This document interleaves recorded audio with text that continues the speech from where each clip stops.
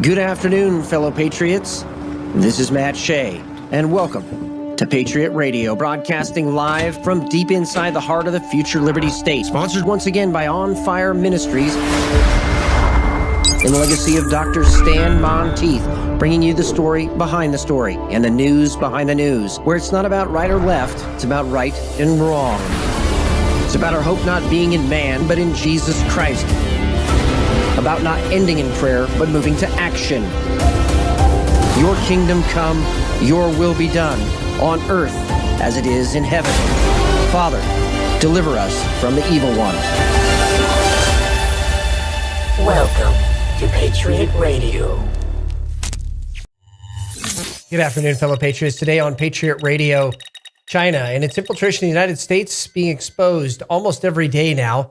And will there be peace in the Middle East? Meanwhile, back here at home, the battle for the heart and soul of America rages on, and our guest today, Lieutenant Colonel retired Alan West of ACRU, will be joining us today on Patriot Radio about what is happening in Texas, and a special announcement coming up in just a couple minutes. Here at Patriot Radio, we want you to be prepared for the times that are ahead and the times that are already upon us, but no fear, we were made for this. So follow us, patriotradio.us/Telegram, and actually do it. It's amazing. The feed, 24/7. Breaking news, real-time intelligence analysis, all the time. You're going to know before everybody else. And quite often, we're like an hour ahead of the media in videos and things coming out.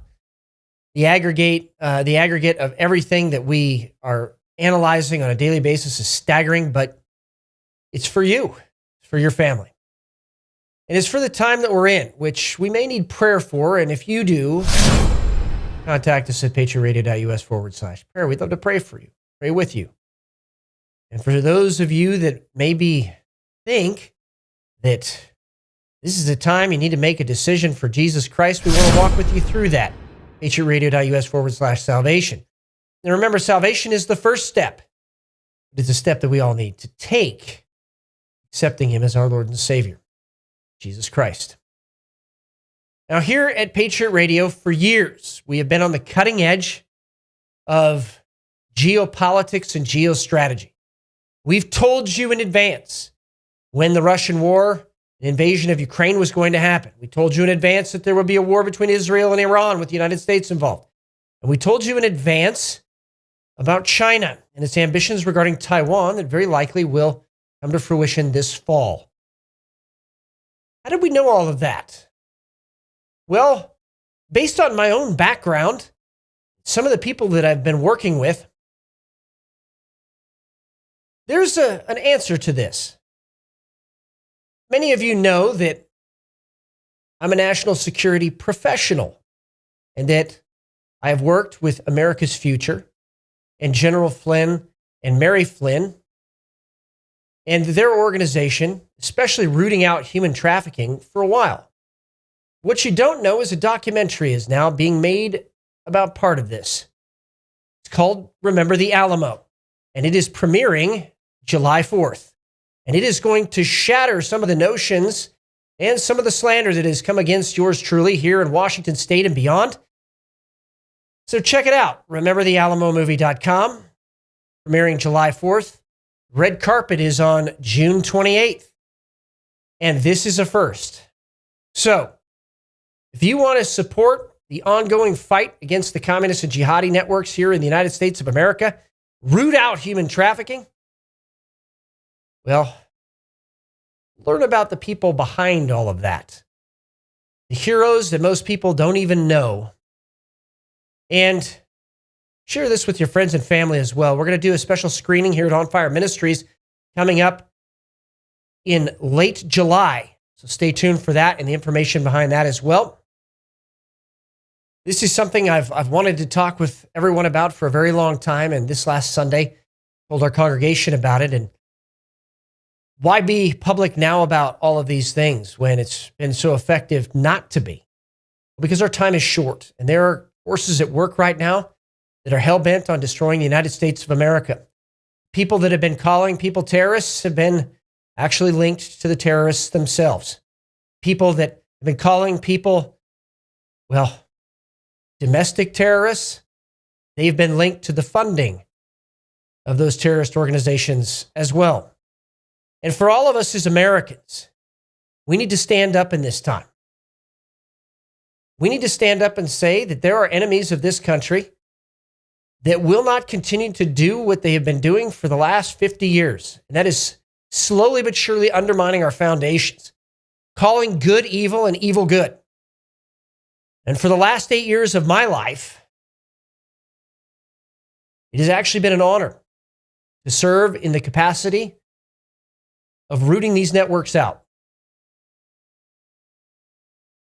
But it's exactly the opposite of what the Democrats have been telling you, isn't it? It's exactly the opposite of what those people in Washington state who call themselves Republican but are anything but have been telling you, isn't it? And the time of reckoning is here. And as patriots, we need to stand up for this country and for those that have been fighting for it, not just on Memorial Day or Veterans Day, but every day. Because really all of us have been called to stand. Antifa, CARE, the Muslim Brotherhood, you'll notice how they demonize people. But when they get called on the carpet for their connections to terrorism, you'll notice how much they fight back. Will we have the same fighting spirit for what's good about the United States of America, that this is a city on a hill, that our Constitution is worth fighting for, and that we should pass this on to the next generation? Well, nobody can answer that for you, but you have to answer it for yourself.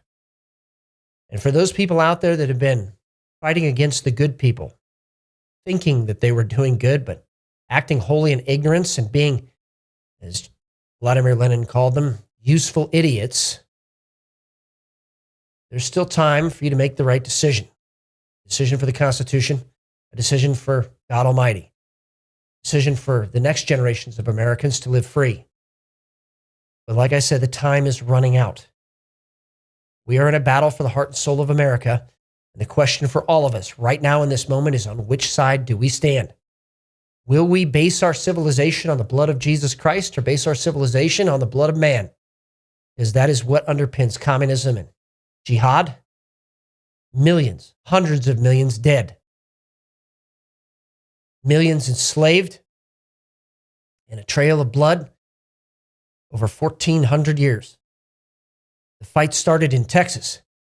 The fight is for all of America. Now that brings us to your daily intelligence briefing, coming to us from Donald Trump. The future is built by us.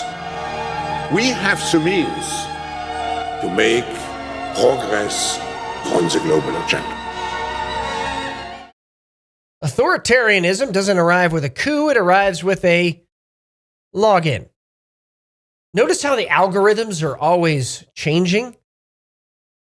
Notice how terms of service determine what's right or what's wrong. Notice that while some will say we have freedom of speech, we don't have freedom of reach.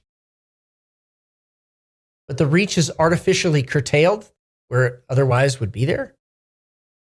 This is all manipulation, and it is all part of the plan to stifle dissent, especially coming into 2028. It's important for all of us to stand firm on a foundation of right and wrong. And it starts with speaking right and wrong in our daily lives. Technocrats using AI to disappear dissent completely? Yes. And you can see this, how the deep state weaponizes AI to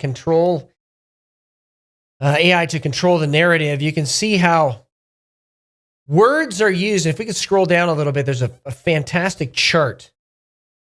They set the objective, there's data ingestion, there's AI processing, there's actions, and there's outcome, and there's a feedback loop.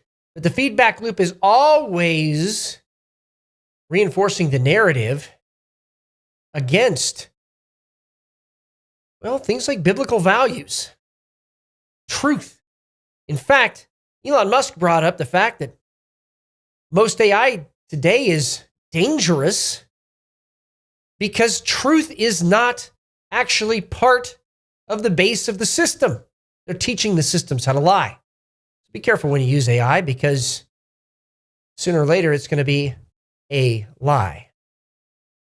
That brings us also to this human trafficking during FIFA World Cup. The FBI is working 24/7 to break sex and human trafficking networks. Their collective work with partners has record results over the last year, including 2,900 human traffickers and child predators arrested, up 70% since the year before, and 7,000 victims located and rescued, up 144%. Still not good enough, but it's a start. If you see something, there is the hotline at the bottom, 1-800-CALL-FBI. Don't let it be in your neighborhood.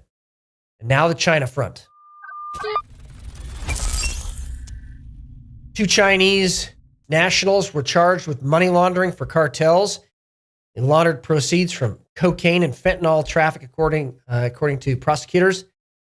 This was in the Eastern District of Virginia, announced on May 22nd.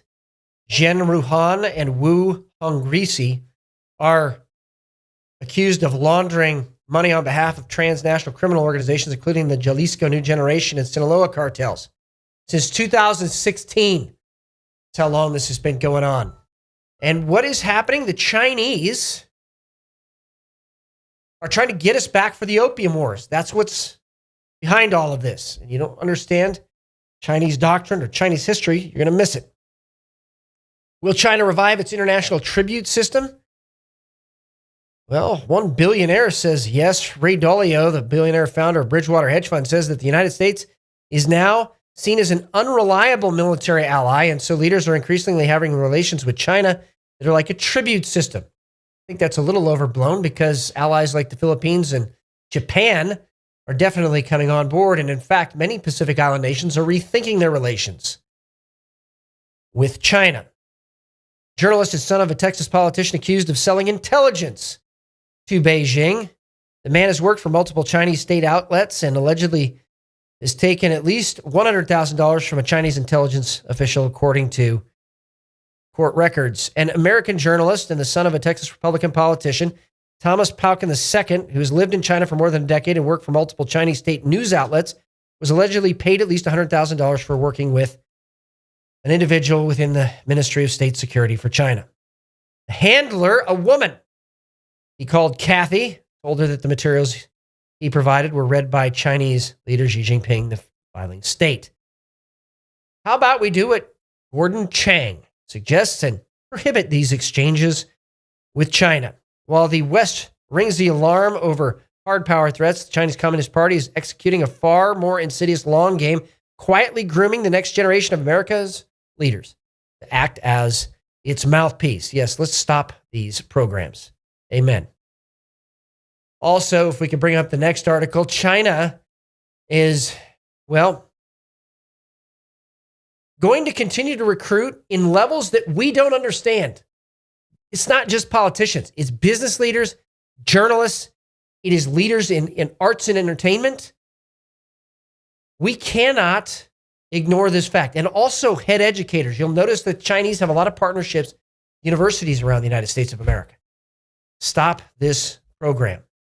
On the heels of this, California's 2-term treasurer, Fiona Ma, has met with high-level Chinese Communist Party officials and intelligence personnel dozens of times. In the last several decades, the Daily Caller News Foundation investigation discovered.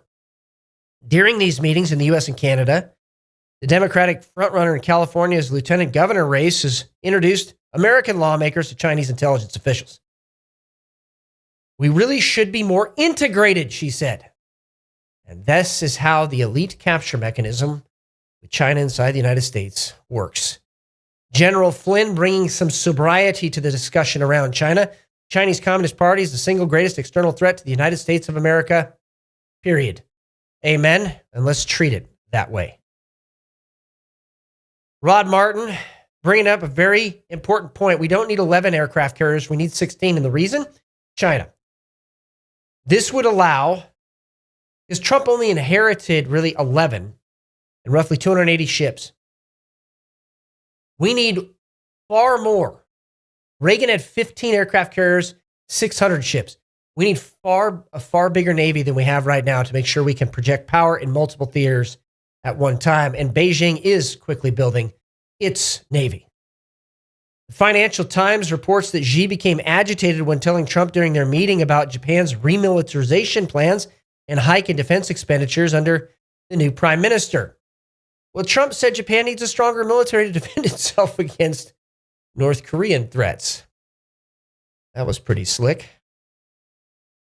Also, the U.S. and Armenia have signed a major strategic partnership agreement in Yerevan just days before Armenia's parliamentary elections. U.S. Secretary of State Marco Rubio and Armenian Foreign Minister Ararat Mirzoyan, yeah, I got that one right, also signed agreements on critical minerals and a 43-kilometer transit corridor connecting Azerbaijan's enclave with Turkey. The deal comes amid Russian threats of increasing gas prices, which would be mitigated with such a deal. That brings us to the Middle East front. A months-long engineering operation in Bet Hanun, northern Gaza, uncovered and destroyed approximately 11 kilometers of Hamas tunnel routes. They still are uncovering Hamas tunnel routes. That's how the billions of dollars of aid that went there went to build tunnels. And they're demolishing underground infrastructure and hundreds of surface sites as well. Meanwhile, Benjamin Netanyahu has ordered expanded military operations against Hezbollah in Lebanon, have crossed the so-called Yellow Line, still south of the Litani River, and they are moving very quickly. The U.S. told Israel not to carry out large-scale strikes or bring down buildings in Beirut, and that senior Israeli official stressed that targeted eliminations in Beirut are still authorized. Iran's vice president says the government has begun restoring internet access after the nationwide shutdown in the midst of tense negotiations with the Trump administration. Secretary Marco Rubio said the president will either secure a good deal or accept no deal at all. Now, there are unconfirmed reports, at least as of the prep time for the show today, that President Trump gave him 7 days to sign the deal. Yesterday, Iran was struck by the U.S. after the IRGC was caught laying mines in the Strait of Hormuz. Strikes took place in Bandar Abbas, home to a key Iranian base, and then missile launch sites also were destroyed as well. The Pentagon characterized this as a defensive move and that the ceasefire was not violated, which means there are competing factions inside Iran that are causing a lot of trouble right now. Also, just in, Hamas chief Muhammad Uda was reunited with other Hamas commanders today. I'll leave it to you where that might be. Syria rejects Germany's plan to return Syrian refugees. Syria has rejected Germany's plan to return more than 700,000 Syrian refugees. I don't think they really have a choice. Remains to be seen if Germany is going to have a backbone to actually send them home. Now, David Wormser saying, very interesting, that all these nations in the Middle East need to join the Abraham Accords. Well, the UAE, Bahrain, and Israel, yeah, okay, that makes sense. But the fact of the matter is that Saudi Arabia, Turkey, and Pakistan will not sign the Abraham Accords. Very interesting. The core countries in Islam right now in the Middle East will not sign the Abraham Accords. Will that lead to an attack on Israel? I don't know. When we come back from the break, the hijrah, the jihad by immigration, still continues in Europe and back here on the home front. More information coming out about the 2020 elections, and by many experts, they're now saying very clearly it was stolen. In a world where uncertainty can change everything overnight, one thing shouldn't: your access to the essentials. We've built a secure, private supply chain designed to keep you prepared, no matter what happens next. Every item ships directly from trusted U.S. suppliers to you. No middlemen, no international dependency, and no guesswork. When shelves are empty, when systems fail, when the world gets out of hand, you won't have to worry. Because preparation isn't panic, it's peace of mind. Join the network that keeps you supplied. Secure your access today. And we're back with the Russia front. Poland's border guard detained 14 illegal migrants last week, 10 from Pakistan and 4 from Afghanistan, who entered Poland from Lithuania without documents. All of them were handed over to Lithuanian authorities without further issue. Since the beginning of 2026, they've detected more than 330 people who illegally crossed the Polish-Lithuanian border. I'm sure that's actually going to prompt Lithuania to start doing some things there as well. The United States has informed European allies it plans to significantly cut its military contributions to NATO, urging them to move quickly to close the gap. As part of the drawdown, the U.S. Armed Forces plan to commit much fewer assets to NATO's pool of readily available forces in the case of a conflict, significantly reducing the number of deployable drones, fighter jets, aerial refueling aircraft, strategic bombers, as well as warships, submarines, and other naval assets, with a roughly one-third cut in its fighter aircraft contribution to forces in Europe. This is very significant as the United States shifts toward the Pacific. Marco Rubio on the Russia-Ukraine war. Every time you see these big strikes from one side or the other, it's a reminder of why this is a terrible war and needs to come to an end.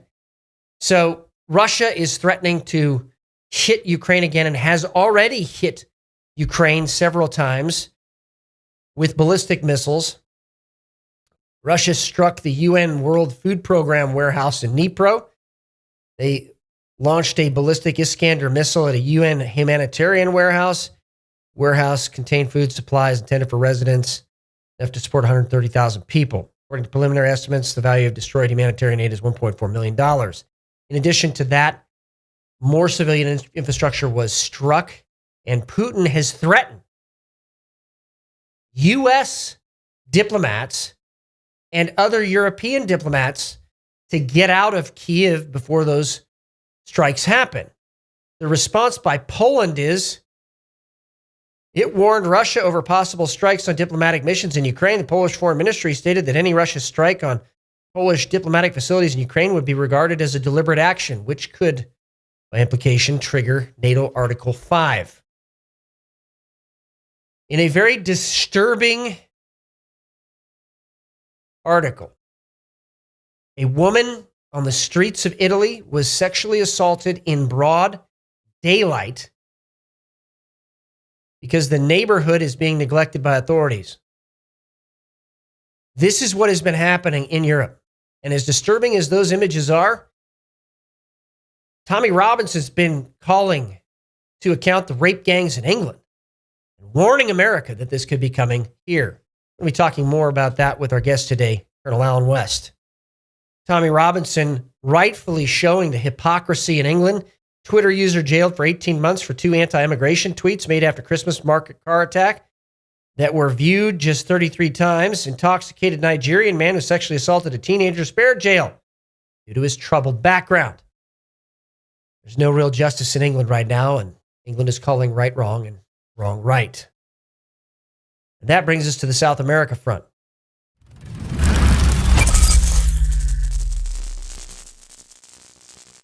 I'm telling you, I think there's something to what I've been talking about, that Marco Rubio may end up being head of Cuba as a governor of a new territory for the United States.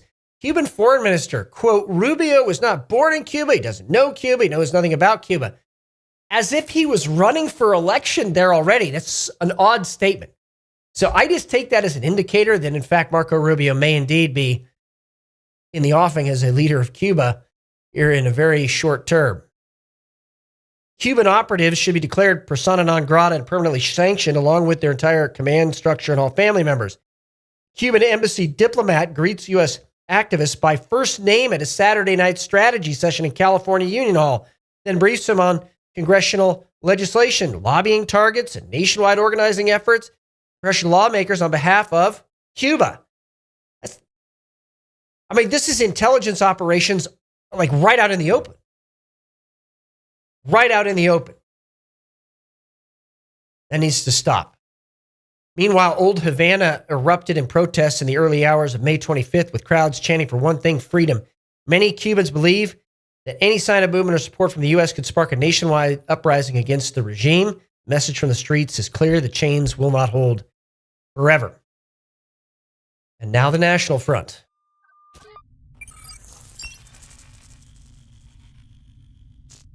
Liberal Prime Minister Mark Carney says the Alberta referendum is a dangerous bluff as oil-rich province set to vote on leaving woke Canada. It's not a bluff. They're going to do it, and they've already had some preliminary conversations with members of the Trump administration. And the United States, by the way, if this prime minister has any clue, is not going to let China set up bases on our northern border, proxy or otherwise. An interesting analysis regarding USAID being cut off. Trump shuts down USAID, and suddenly the Democrat Party is broke. Is there a connection? I think it's a great question.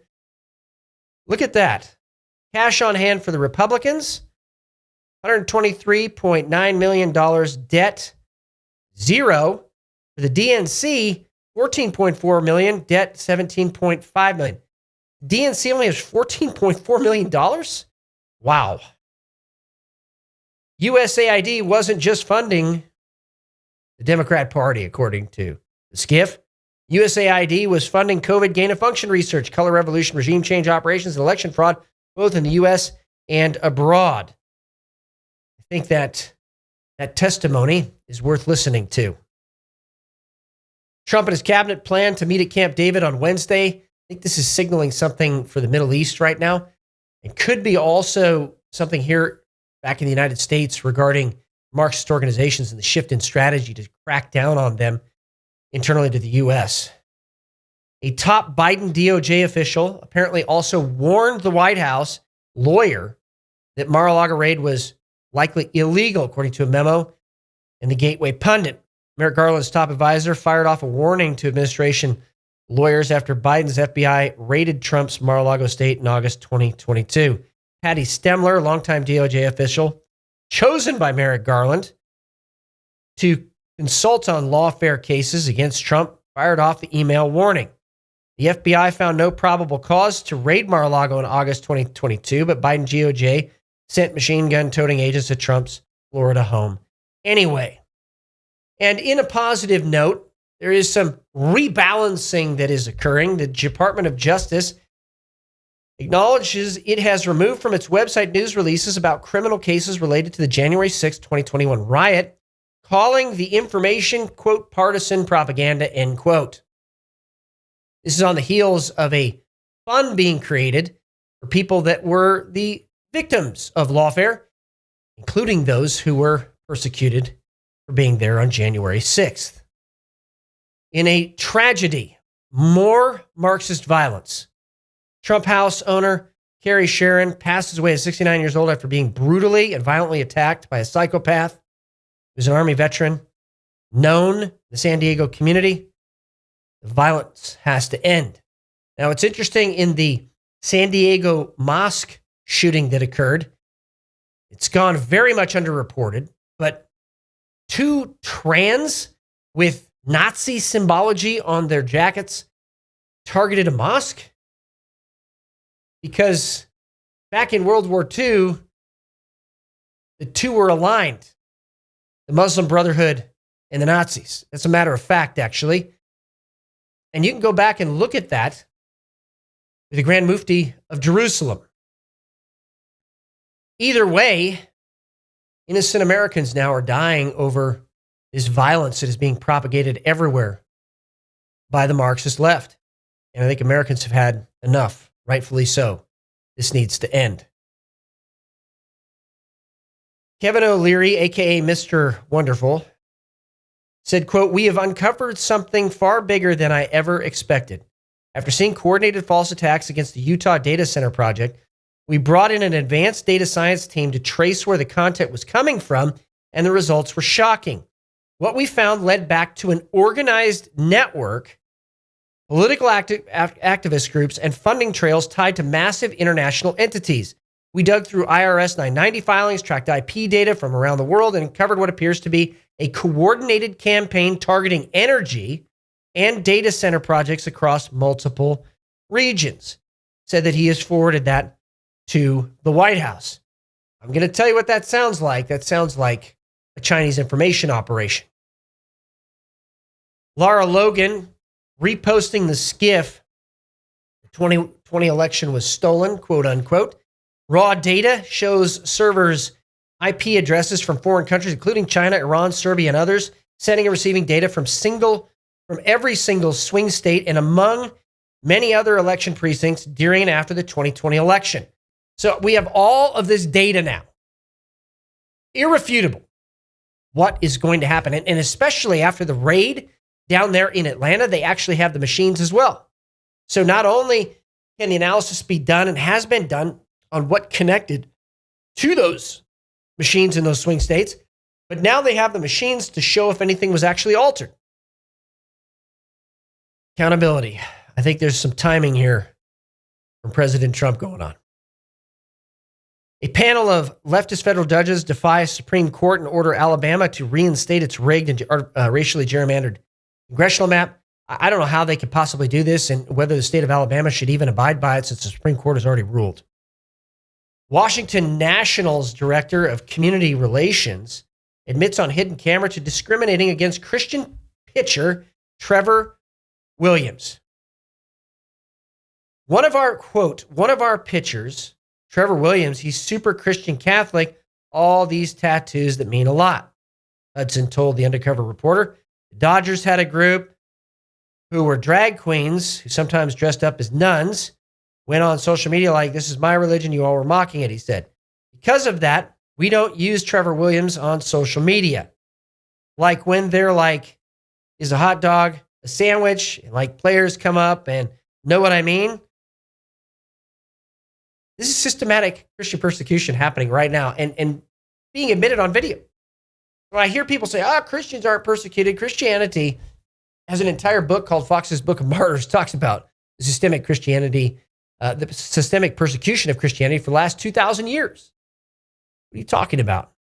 And America, again, has a choice of which direction we're going to go. Which direction? We're going to continue to be founded on Judeo-Christian values or something much darker? Speaking of leftist Democrats being obliterated, Will Cain just did that to Democrat Michigan Senate candidate Abdul El Sayed. Cain, you advocated to empty prisons. I'm talking about your cost on society. Ask yourself if you feel safer now. Ask the parents of Jocelyn Nungare and Laken Riley, do they feel safer under Donald Trump's policy? And that's a very clear question, but I think it's important for all of us to understand communist doctrine, which the Muslim Brotherhood has adopted a lot of it. Communist doctrine says to empty prisons. In fact, Lenin was very fond of this idea. Empty prisons, so people who are already morally troubled are then used as the foot soldiers to persecute the rest of society. This is what the communists do. Why are we trying to empty prisons right now? Should people not be held accountable? And we just saw what happened in England. You got a kid who tweets versus somebody who sexually assaults someone. And the sentences aren't even remotely close. That's why we have a protection in the Constitution against cruel and unusual punishment. The flip side of that, and the implication of that, is there should be a just punishment. And what these folks are advocating is not just punishment, it is complete ignorance and covering over of these crimes. And that's why I think many Americans are saying enough. We want police, we want safety. We don't want to look like a third world, even though there are parts of America right now that do. Now, something very prophetic about the fearless RFK Jr. goes viral after catching black racer snakes in Dr. Oz's patio barehanded. He's literally cleaning the snakes out with his own hands. I love that prophetic picture. Now, every time I see somebody go down this road, okay, anti-Semitic and trying to be like some, erudite thinker, okay? Every time I see people go down this road, they end up just crashing and burning. And so the Daily Mail, the headline is, "This glamorous sex therapist demanding internment camps for American Zionists could upend nail-biter Texas race." Yeah, this is weird. Why would anybody ever say that American Zionists should be put in internment camps? Just like the Jews in World War II? Very strange. But the point is that there is an attempt right now to divide MAGA. These kind of people that are doing it don't fall for the division. It is in the best interest of China to divide MAGA. It is in the best interest of Russia to divide MAGA. It is in the best interest of the Muslim Brotherhood to divide MAGA. So don't let the communists and jihadis divide MAGA. It is still the best movement in the world. This country is still the greatest nation on the face of the earth. Meanwhile, LA mayoral candidate Spencer Pratt just caught Karen Bass red-handed, electioneering within 100 feet of a ballot box, which is against the law. We'll see how this goes. By the way, this campaign is fascinating. President Trump, want to end on this note, said this: "We believe with all our souls and the mission that God has given to America, and we do intend with all our strength and heart to hold high the torch our heroes handed to us, and we will never, ever let it fall. Thank you very much. You are a special, special people. We love you all. God bless the families of the fallen. God bless the men and women who serve, and God bless the United States of America." Amazing remarks. When we come back from the break, our guest, Lieutenant Colonel Alan West. In a world where uncertainty can change everything overnight, one thing shouldn't: your access to the essentials. We've built a secure, private supply chain designed to keep you prepared, no matter what happens next. Every item ships directly from trusted U.S. suppliers to you. No middlemen, no international dependency, and no guesswork. When shelves are empty, when systems fail, when the world gets out of hand, you won't have to worry. Because preparation isn't panic, it's peace of mind. Join the network that keeps you supplied. Secure your access today. We're back with our guest today, Lieutenant Colonel Alan West. He's a constitutional conservative, combat veteran, former U.S. congressman who served as the executive director and continues to serve as the executive director for the American Constitutional Rights Union and its affiliated organizations. Colonel West, it's great to have you on Patriot Radio for the first time. Thanks for having me on, Pastor. So we are right now in the throes of what can only be called a jihad against the United States of America. It's an attempt to overthrow our way of life, and Texas is right at the center. Can you tell everybody how you are viewing it down in Texas, what everybody around the United States of America should know about what's happening on the ground in Texas? Sure. Well, let's go back a little bit in history. You have to go to 1991, the 22nd of May, when Muhammad Akram wrote the explanatory memorandum as the strategic goal of the Muslim Brotherhood here in North America. Now, that document would later be found in 2004 in an FBI raid of the home of a Ismail el-Barasi, who was the head of the Dar al-Hijra Mosque there in Northern Virginia. That document was translated and it was introduced in the largest Islamic terrorist funding trial. That was the Holy Land Foundation trial, which was right here in North Texas, not far away from where I live here in Garland, Texas, in Richardson. Now, you fast forwarded to where we are today.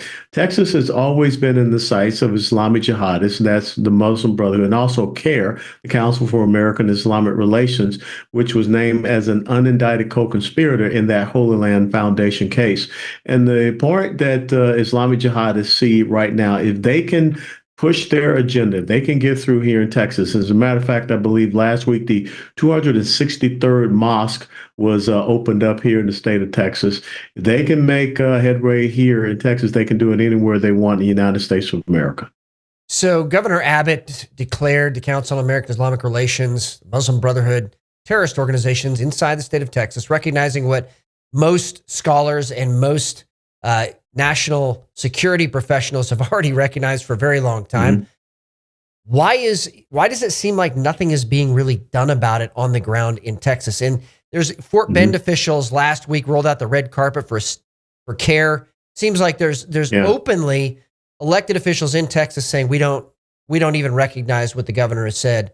We're just going to do whatever we want to. We're going to aid and support Council on American-Islamic Relations.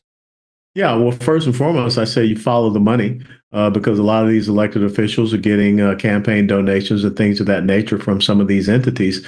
But one of the things you have to do, if you're going to declare the Muslim Brotherhood and the Council for American-Islamic Relations as foreign terrorist organizations, then they should not be operating within the state of Texas. They shouldn't be operating here in the United States of America.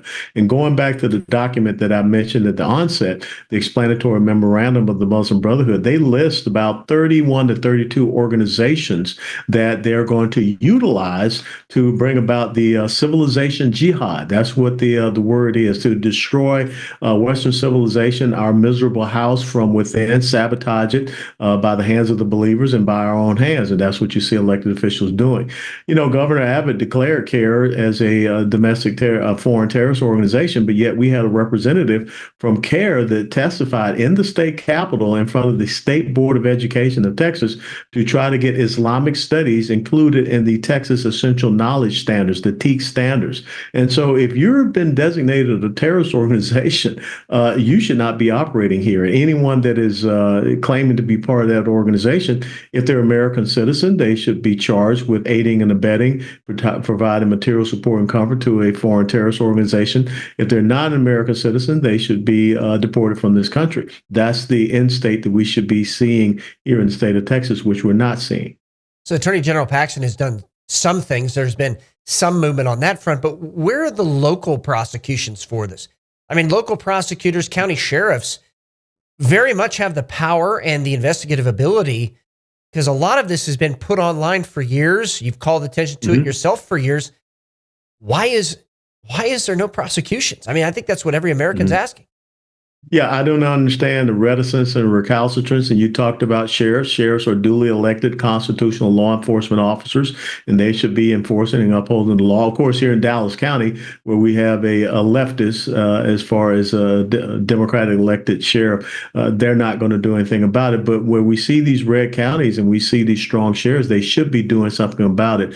Right now, we have a big issue in Collin County, which includes Frisco, Texas, and you know about this thing called the Colony, and then also, well, they're trying to call it the Meadows, but it was supposed to be Epic City, the East Plano Islamic Center city. So we're starting to see some local officials push back, but that's because you have a lot of citizens being engaged. But again, if you are, associated with a member of these organizations, you should not be allowed to operate. And yes, you should be arrested. And I think that's where we have to have people that are pushing for the rule of law, and we have to have a better informed, better educated electorate that are asking these questions at county commission meetings, asking these questions at city council meetings. And we're starting to see that definitely in Frisco, Texas.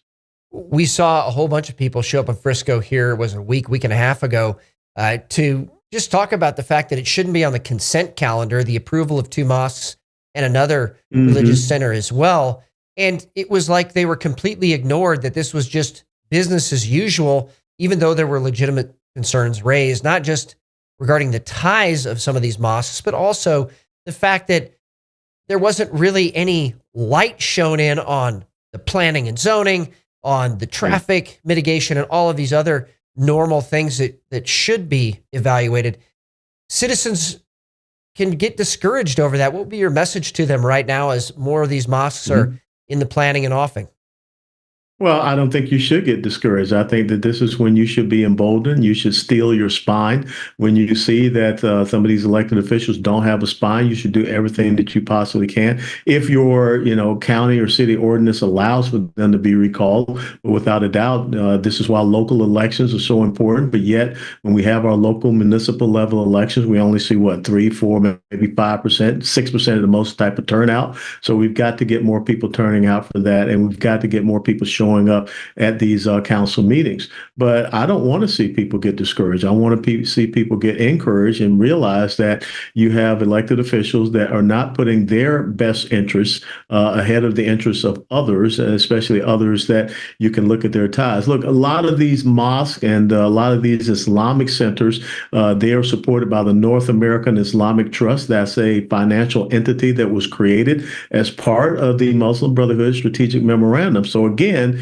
here you have an entity that's tied to a terrorist organization, which the Muslim Brotherhood is. Look, the Muslim Brotherhood was founded in 1928, and it was responsible for the assassination attempts on Egyptian President Nasser. They were successful in killing Anwar Sadat. And when you think about them, they're kind of like the granddaddy of all of these modern Islamic terrorist organizations. So these are not good people. The Council for American Islamic Relations, as I said, unindicted co-conspirator, they should not have a national headquarters that is on Capitol Hill in Washington, D.C., when we know who they are, and they're basically a front group for Hamas. So I really believe that this is a critical issue for us because we have allowed the wolves to be inside our gates.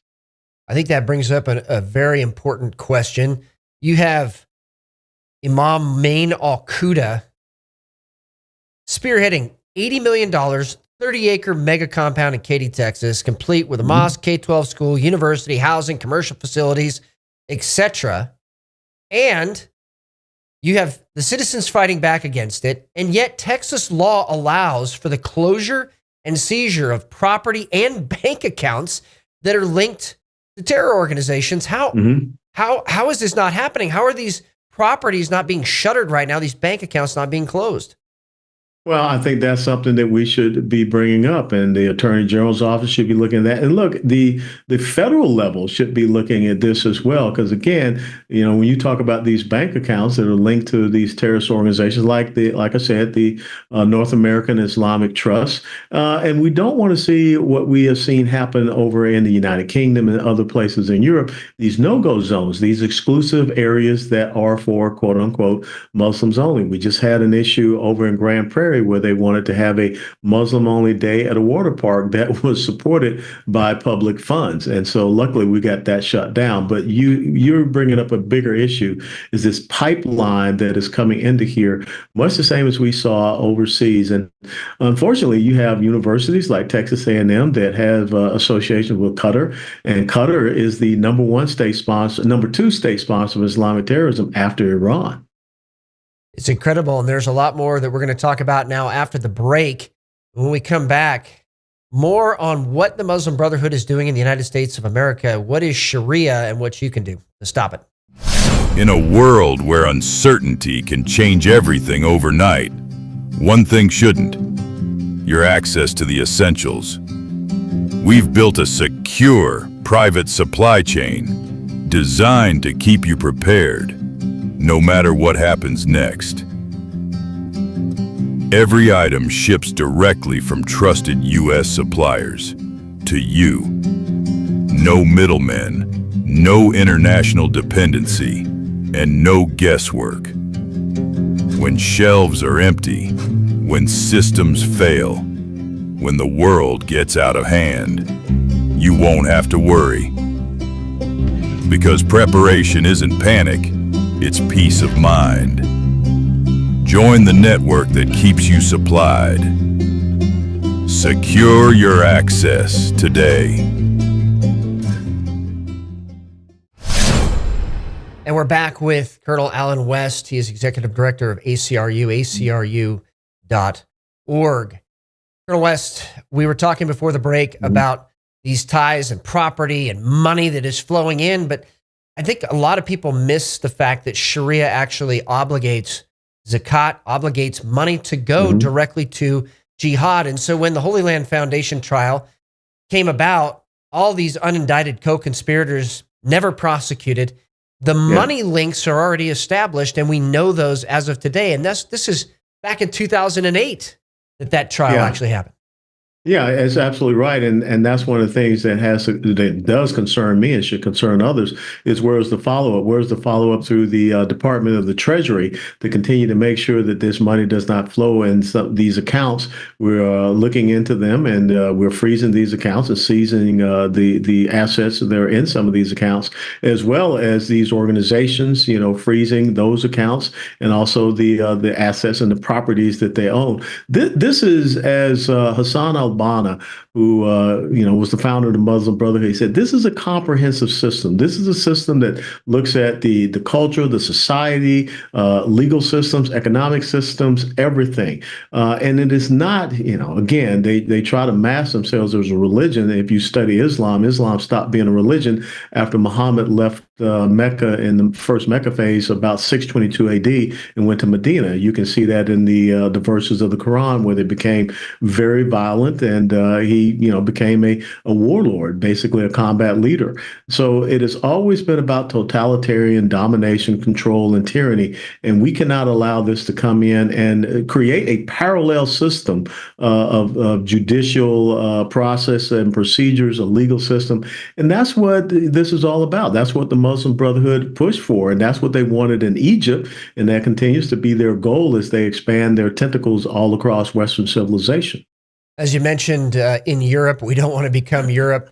An Italian woman sexually assaulted, broad daylight, caught on camera, and most of Europe has been facing this raping that has happened there, the grooming gangs, rape gangs that have been happening. Tommy Robinson's been doing a fantastic job calling attention to it.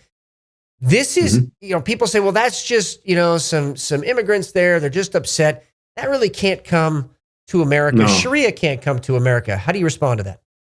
So of course it can. And when you start talking about these exclusive communities, that's exactly what's going to occur. Look, I'm sure people will say that, honor killings could never happen in the United States of America, but they have. They've happened right here in the state of Texas. So, we've got to make sure those type of things don't occur. Apostasy. I mean, there are many people that are leaving the Muslim belief system, but yet they still live in fear, even here in the United States of America. And if we as Americans don't stand up for these constitutional rights that we say that we believe in, if we continue to allow something that is antithetical to who we are as a rule of law republic, then those voices of reform within the Muslim community, they're going to be silenced because they will live in fear.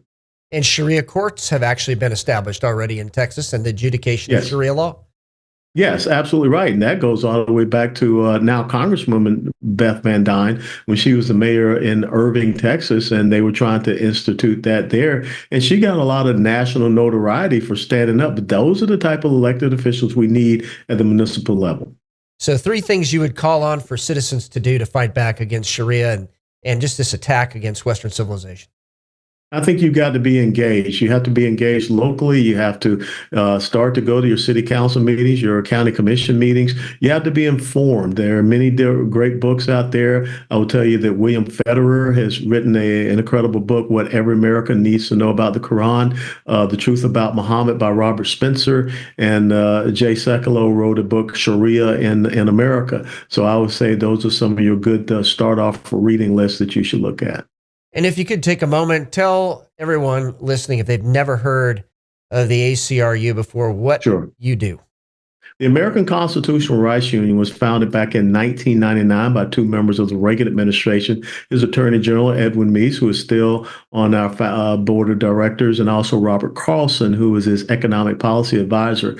And what they wanted to do was create an organization that would be stand in opposition to the ACLU. We focus on your constitutional rights, not quote unquote this nebulous thing called civil liberties, which is just a leftist term. So when I look at Sharia, when I look at what they're trying to do here in the United States of America, again, it is antithetical to our Constitution, to our rule of law. And I don't see Islam as being a religion whatsoever. It is a theocratic, political, totalitarian system that masks itself as a religion. And we've got to make sure that we stand up for the rule of law, because Muslims, observant Muslims, as it says in the strategic memorandum of the Muslim Brotherhood, they're not supposed to recognize any other law but Sharia law.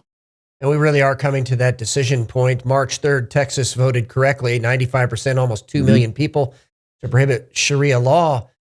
And this point of decision really is, do we want the foundation of our country to be based on the blood of Jesus Christ or the blood of man? Really, Islam brings bloodshed. Communism brings bloodshed. How do you think this is going to go? Texas seems like it is leading the way here. 95%. I think that blew everyone away, including myself. I didn't think it was going to be that high. It did. And one of the things we need to be concerned about is this red-green alliance, the Marxists and the Islamists coming together under the umbrella of the Democratic Party. They found a home there. And so when you look at our college and university campuses, we should be very concerned. But as a Christian, we need to be concerned because what Islam professes is that everybody is a Muslim. We just don't have that realization yet. They profess that Jesus Christ was the prophet of Islam, which I find, chronologically, corrupt.